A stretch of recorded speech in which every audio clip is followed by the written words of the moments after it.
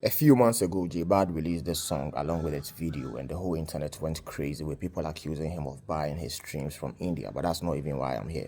If you listen to the album, J-Bad explores several themes, including that of spirituality, religion, and the Akan culture, especially on this song. The song, which is titled Owuo, Safoa, is the second track on J-Bad's debut album with the title The Return of Okomfo Anokye 2, and I hope you can see the connection. Okomfo Anokye is a powerful figure in Akan history and culture, and he is known for his immense contribution to the founding, the expansion, and the unification of the Akan Empire. According to history and legend, Okomfo Anokye set out on this epic journey to seek out the key to immortality, also known as the Owuo Safoa, so that his people would no longer have to bear the pain and suffering of death. Now, before embarking on this journey, he warned the people not to presume he was dead just because he was taking too long to come back. He warned the people that, look, if I'm taking too long to come back, that just means the journey is incredibly difficult, and I'm taking on a lot of powerful enemies. Matter of fact, I'm going face to face with death herself.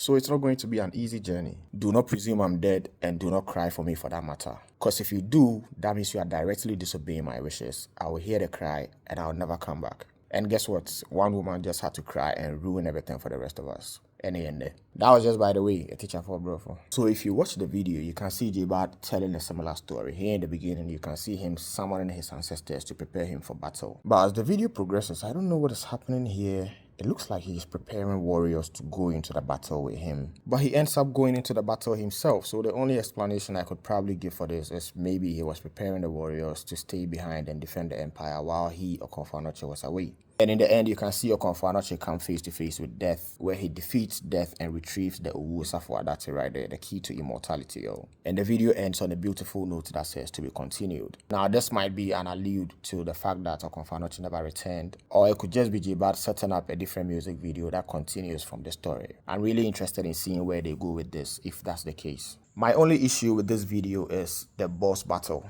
It just wasn't that epic. It's supposed to be the most important fight of the whole video because this is Okomfo Anokye coming up face to face with death. And all we see is, I don't even see anything. It looks like Okomfo Anokye stabs death and Owuo Safoa falls to the floor.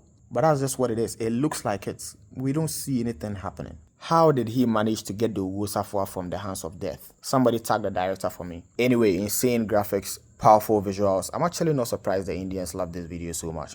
The Ghanaians. I'm actually not surprised Ghanaians love this video so much. Now let's look at the lyrics. In J-Bad's portrayal of himself as Okomfo Anokye, he describes himself as a messenger, one who was sent by God to preach to the people to get them to repent before the judgment day. That is why he says this on the song. And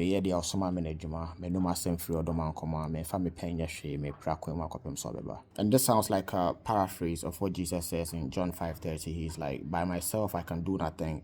I judge only as I hear, and my judgment is just, for I seek not to please myself, but him who sent me. J-Bad is trying to tell you that Okomfo Anokye and Jesus Christ, they are both different sides of the same coin, all doing the work of the Creator in different ways. And in his portrayal as a messenger, J-Bad takes the messenger from Christianity and takes the messenger from Akan traditional religion and combines them both as one. So on this song and on this album, J-Bad describes himself as Jesus Christ and at the same time Okomfo Anokye. What he's trying to do is basically to tell people that Okomfo Anokye is to Akan traditional religion as Jesus Christ is to Christianity, and that they are not that different and that the two religions can coexist without seeing themselves as enemies. You can see how he describes himself as both Jesus Christ and Okomfo Anokye on the first song on the album, which is titled Okomfo Anokye. In these lines, he says, they don't deserve to live in my temple. I got disciples, man living like a god.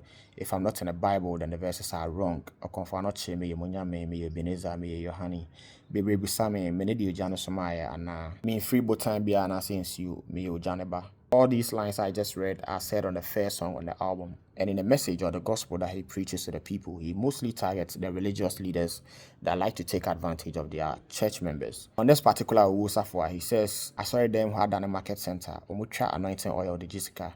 He speaks against this and warns of the end times and tells people who practice or engage in this to change and beware of the rapture. Now, this whole talk about I saw them who had done a market center occurs in the first verse, where it sounds like he's tapping inspiration from Jesus Christ. Because in the Bible, Jesus attacked the traders who attend the temple into a market center. J-Bad is trying to tell you that Okomfo Anokye and Jesus Christ, they are both different sides of the same coin, all doing the work of the Creator in different ways. And in the second verse, J-Bad taps inspiration from the second messenger, who is Okomfo Anokye. And you can hear this in how he starts the second verse by saying, Hold On, Home for Frosane. This song and album is J-Bad trying to find common ground between the two religions and say that, look, you can practice your Christianity and at the same time embrace your own culture and not find it demonic. Like he says in these lines, Asante for your rich culture, Amamre and Tunchene se refia sankofa. Now to the second verse, this part is a bit controversial. I already mentioned how J-Bad is trying to teach people about Akan religion and show them how it's not demonic like it's being painted out to be. But the problem is this second verse kind of rubbishes everything J-Bad is trying to preach. It's not about what he's trying to say, it's about how he's saying it. So what is he trying to say? He's trying to say Akan religion is not demonic. But how is he saying it? He's saying it in a way that makes it sound demonic. Because look at these lines. Demon, Minion, Lucifer. Demon is J-Bad himself. He has been referring to himself as Demon ever since that Sakai wave popped off. And now in the second verse, he's tapping inspiration from and claiming to be Okomfo Anokye. So if you are Okomfo Anokye and you are a demon and you are siblings with Lucifer, are you not trying to say Okomfo Anokye and the whole Akan religion is demonic or something? And he doubles down and says, Christmas dra a festival, Mori and Kokonone to Tunipa. Something that is common in Ghana is that when it's approaching Christmas, there tends to be a lot of vehicular accidents and people dying. And as the religious people that we are, we like to relate the cause to spiritual reasons. And now J-Bad is saying that he being Okomfo Anokye, together with the devil Lucifer, are the cause of this. And then he justifies this by saying, a normal jatakra neba. Jatakra neba saying. It sounds like J-Bad trying to say, yes, I'm Okomfo Anokye and I'm a demon. And I work with the Akan gods who are also, guess what, demons. And sometimes, occasionally, we sacrifice the people that we are meant to protect just so we can have a feast, which should all be seen as completely normal since lions sometimes eat their own cubs, which totally defeats the purpose of everything you are trying to say. Listen to these lines as well. Why not say bon samne nyamenka? Ya de asemne siyo mo mama menka e hintasem. Obi a obo na nyoma ne sa, obi o hwe manada.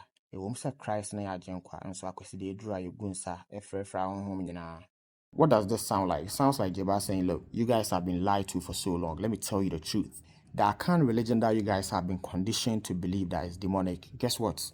It's actually demonic. That's what it sounds like. How is this supposed to change anyone's minds about viewing Akan religion as being demonic? If anything at all, you are adding to that belief. Now, let me tell you what J-Bad is trying to say. I believe what he's trying to say is that the Akan religion, also known as Akom, is just like many other nature-based religions across the world. Akom is a belief system which recognizes the existence of a supreme being, also known as the Otredian Pong or Nyankopon, Nyame, as well as other synonyms. And the supreme being created divinities, also known as Abosom, to inhabit elements of nature, such as rivers, trees, and mountains. And these divinities act as intermediaries between Otredian Pong, Nyankopon, and the people. The Abosom or the divinities are able to possess selected people known as Okomfo in a process known as Akom in order to provide spiritual guidance or healing or judgment. I believe J-Bad is trying to draw people's attention to the fact that the concept of a supreme being existed in Akan religion way before it got mixed with other foreign religions, and that we shouldn't disregard it or write it off as being a satanic practice. But then again, in trying to do so, he ends up specifically stating that the practice is satanic. But why would he do so? I'll tell you why. It's actually not his fault. The demonization of nature-centered religions started centuries ago when the church was trying to get people to convert and join their religion. And it started in Europe long before it got passed down here to the Gold Coast, so you realize how deep it all goes. This is not to praise or condemn any religion, this is just an objective analysis of J-Bad's Owuo Safoa. In their efforts to demonize nature worship, the church would do so many things, including taking harmless words and giving them bad meanings. In Europe, the people who still stuck to the old ways of nature worship, even when Christianity was booming, were usually the people who lived in the villages or the countryside. In Latin, the word for someone who lives in the countryside is paganus, and the word for one who lives in the village is villain. Today, these words have changed in meaning, and you know what they stand for. Paganus changed from someone who lives in the countryside to become pagan, which means a devil worshipper. And the word villain, which used to describe a harmless villager, is now used to describe someone who is incredibly wicked, like your ex. I'm just kidding. So when the missionaries came down here, their plan was simple. In order for you to get the people to accept the religion you are trying to introduce them to, you have to get them to hate what they already have. And thus began the demonization process. And you can tell it really worked, because listen to what J-Bad is saying in this song. And also, you guys remember a few years ago when this statue was erected in Tepa that caused all the outrage. So yeah, that sums up pretty much what J-Bad is trying to say.